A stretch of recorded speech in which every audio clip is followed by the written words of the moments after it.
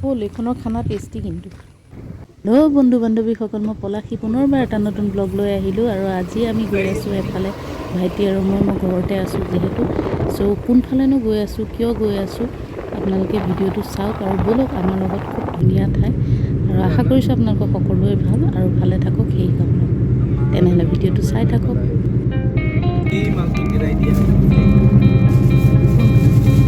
টুলৰ হেৰি আছে জানো? টুলৰ গেট নাজানো দেই।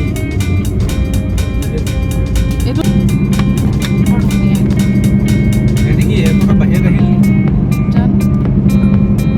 টিকেটটো দিছে হা।